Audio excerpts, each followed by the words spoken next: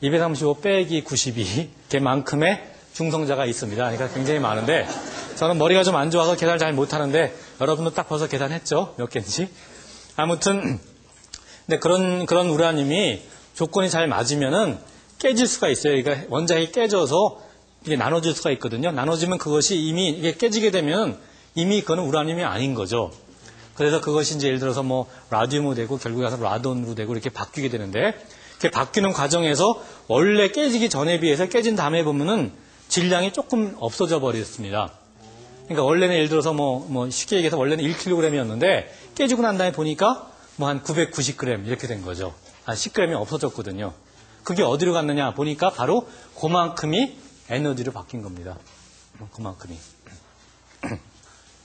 그러니까 실제로 질량이 없어진 거네요. 네, 실제로 없어진 겁니다. 그러니까 질량이 없어진 거지만 그게 에너지의 형태로 옷을 갈아입은 거죠. 사실은 없었다기보다도 질량과 에너지는 본질적으로 동등한 거기 때문에 그러니까 질량이 에너지로 바뀌었다라고 생각하면 이것도 됩니다. 지금 질량이 있는 거 아니에요? 그렇죠, 물론. 그럼 이것도 없애면 엄청난 에너지가 나오는 거예요? 엄청나게 나오죠. 예를 들어서 1kg이 없어졌다고 하면은 여기는 1kg밖에 아닌 것 같지만 여기 C라고 하는 게 엄청 크잖아요. 10의 8제곱이니까 이거를 제곱을 해보세요. 제곱. 그러면 9 곱하기 10의 16제곱이거든요. 16제곱 미터/초의 제곱이지만 이렇게 되니까 1kg이 없어지면 무려 10의 16, 16제곱 어떻게 읽어야 될지도 모르겠네요. 어떻게 되나요? 경쯤 되나? 하여튼 그런 엄청난 에너지가 나오는 겁니다. 그러니까 다시 말하면 1kg의 질량이라는 게 에너지로 한 사람은 굉장히 큰 양이기 때문에 우리가 예를 들어서 극단적으로 1g만 없어진다 하더라도 어마어마한 에너지가 되는 겁니다. 그래서 핵 에너지가 엄청 크고 핵폭탄이 그렇게 엄청난 위력이 있는 게 워낙 에너지를 엄청나게 내기 때문에 그런 거죠. 상성이 훨씬 더 중요한 메시지는 뭐냐면은 이런 겁니다. 그러니까 우리가 시간과 공간이라고 하는 것이 전통적인 생각은 옛날에 생각했을 때는 우리가 시간이라고 하는 거는 시간과 공간은 서로 관련이 없다고 생각을 했거든요. 공간은 공간이고 시간은 시간이다. 그러니까 예를 들면 나한테도 시간은 똑같이 흐르고 여러분한테 똑같이 흐르고 저기 아프리카에 가서 똑같이 흐르고 북극성에 가서도 시간은 똑같이 흐른다. 사실 이렇게 생각을 했거든요. 보통 그렇게 생각을 하고 있죠. 그런데 그렇게 생각을 하지 말고 시간과 공간이라고 하는 것을 우리가 조금 다르게 생각을 해서 시간과 공간이라고 하는 게 서로 이렇게 관계없이 따로따로 있는 것이 아니라 아주 밀접한 관련이 있어서 이른바 공간과 시간이 어떤 우리가 하나로 합쳐서 같이 생각해야 된다. 그리고 시간이라는 게 절대적이 아니다. 그러니까 예를 들면 나한테 1시간이라는 거하고 다른 사람한테 1시간이 다르게 나타날 수가 있다. 그런 생각을 한 겁니다. 상성이라는 핵심은 사실 그런 거거든요. 왜 그런 생각을 하게 됐냐 하면은 역사적으로 보면은 이제 옛날식으로 생각을 했었을 때 우리가 해석할 수 없는 그런 자연현상들이 좀 생겼어요. 생기게 되고 그다음에 논리적으로 조금 모순이 발견이 됐고 옛날식의 생각에 그래서 우리가 그런 논리적인 정합성이 좀 깨졌는데 그걸 어떻게 다시 회복을 하느냐 하는 그런 하나의 방법으로서 하나의 제안으로서 아인슈타인이라는 사람이 뛰어난 점이 그런 제안으로서 우리가 시간과 공간에 대한 그 개념이 조금 잘못된 거다. 그것 자체를 좀 근본적으로 바꿔보자라는 시도를 하고 그런 시도가 아주 놀랄 만큼 성공적이었고 그런 것 중에 하나의 결과로서 이런 게 나온 겁니다, 사실은. 그러니까는 시간을 생각하면 여러분들은 여기 시계를 보면서 절대적으로 흘러가고 있는 어떠한 시간이 있다. 이렇게 생각을 하는데 시간이라는 건 철학적으로 말하면은 변화를 인식하는 우리의 인식의 틀이에요. 변화가 없으면 시간이 있나? 변화가 있기 때문에 그 변화를 감지하는 여러분들의 인식의 틀이 사실은 시간이라는 거거든. 그러니까는 공간도 뭐야? 이게 일종의 우리가 이 외계를 인식하는 어떤 인식의 틀이죠.